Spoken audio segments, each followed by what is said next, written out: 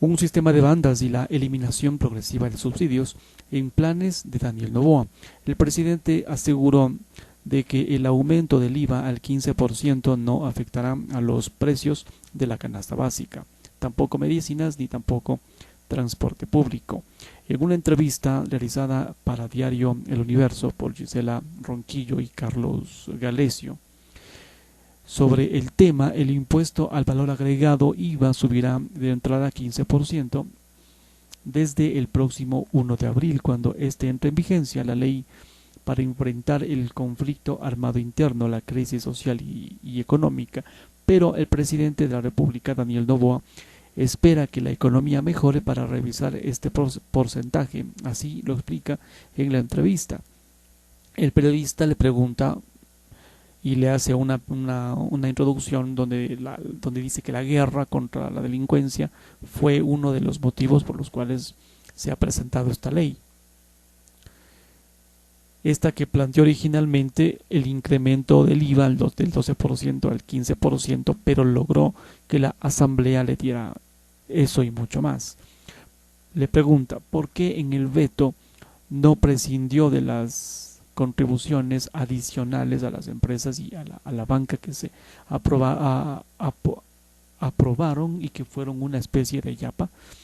Y dice el presidente que esto no fue una yapa, fue producto de conversaciones también, pero se necesitan recursos. Se recibió el país con 4.600 millones de dólares en atrasos y aún así habría sectores como la banca que en los últimos 2 años rompieron todos los récords. Esto significa que algo no está cuadrando, manifestó. Sí, dice, necesitamos tener una recaudación necesaria y de ahí con un análisis semestral se verá si es que esto se reduce el ISD y se reduce el IVA con el tiempo. Pero como cualquier planificación económica, nosotros debemos ver diferentes escenarios, diferentes impactos y creo que el resultado fue el ideal, manifestó. Se necesitan, dice, ahorita mayor recaudación sin perjudicar a la generación de empleo. Por ahí se escuchaba a una economista manifiesta que toda su familia es banquera, que decía que esto iba a impactar en la generación de empleo y en los últimos 60 días se ha generado ya como 50.000, dice el presidente, para personas entre 18 y 29 años. ¿Dónde están? Déjenmelo por ahí, en la cajita de comentarios. Y este sería el impacto de la primera ley. Entonces, si se pueden hacer las dos cosas de manera simultánea, obtener recaudación y generar empleos, dice el presidente. El IVA arrancará al 15%.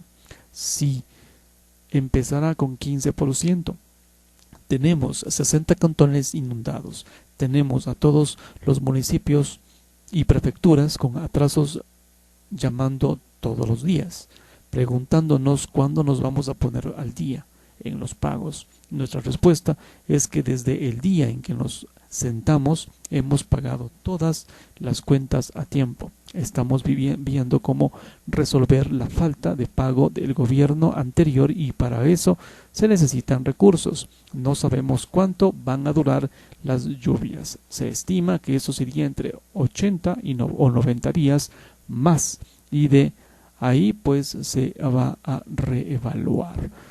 Le pregunta, ¿cuánto tiempo va a permanecer en este nivel? Y manifiesta, dice, esperamos que hasta antes del próximo periodo sería lo ideal. La economía tiene que reactivarse para poder ir bajando el IVA. ¿Será posible? Si es que el IVA aumenta al 15%, pero la economía mejora y usted decide bajarlo al 14 o al 13, los empresarios, los comerciantes ya no van a bajar los precios según la fluctuación de este impuesto. ¿Cómo se hará ese control? Y dice que la mayoría de la canasta básica no paga IVA.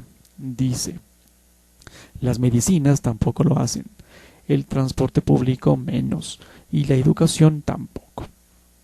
Pero los costos alrededor de los servicios por sí lo pagan. Por ejemplo, en el caso del transporte público se paga IVA en repuestos de vehículos.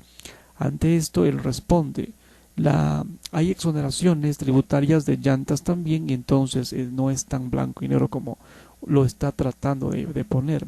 Le cuestiona esto a la periodista.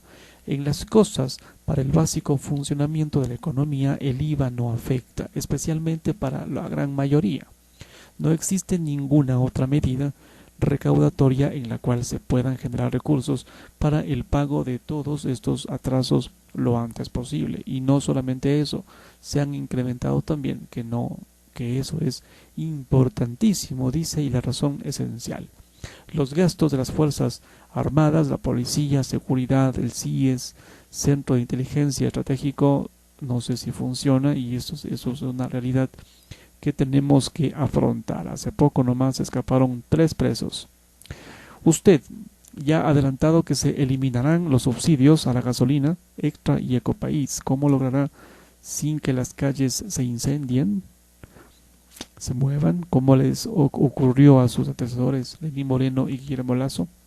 Frente a esto, dice, lo que pasa es que ellos querían eliminar el subsidio a lo que más afectaba a la productividad, que esto era tocar el gas y el diésel. Nosotros no lo vamos a hacer, ni el gas, y no vamos a tocar el diésel. El concepto más básico es ayudar a que tengamos productividad. El subsidio al diésel es esencial.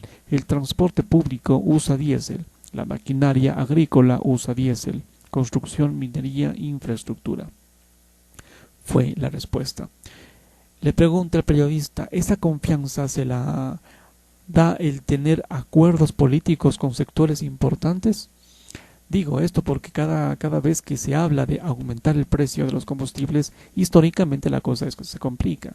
Y dice sí el presidente, pero se ha tomado la molestia de revisar los puntos, por ejemplo, de la CONAIE y lo que quería Leonidas Issa. Una de las cosas que recomendaba era esto. Está dentro de lo mismo que él mismo se sentó a pedir en lo que llamaban mesas de diálogo con el gobierno anterior.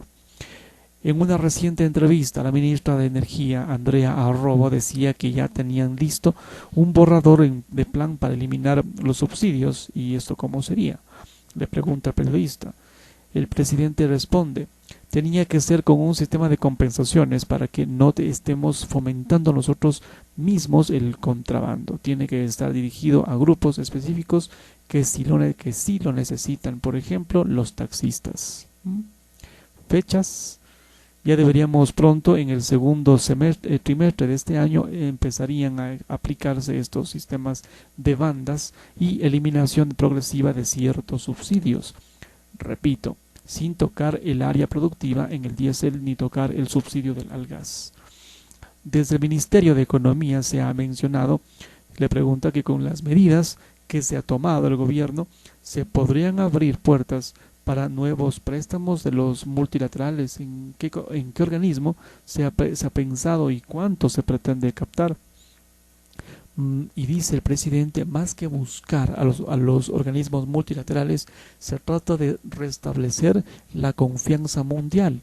Y esto permite, dice, inversión, financiamiento internacional de estados, y esto no solamente en los Estados Unidos o de Europa, sino de Asia, del Medio Oriente. Nuestra visión no es fiscalista en absoluto, tampoco cree que la única solución para los problemas estaría en la línea de crédito del Fondo Monetario Internacional. Si es que las condiciones se dan y nos pueden ayudar con un financiamiento adicional, sería bueno, dijo, pero no es nuestro único camino. Nuestro camino es estar abiertos al mundo, a la inversión y el financiamiento internacional, a posibilidades de preventa petrolera en condiciones favorables. No es la meta del gobierno, dice, tener todo lindo solo para el FMI o el Banco Mundial. La meta, dice, es estar suficientemente sólidos para que a ellos les interese financiar.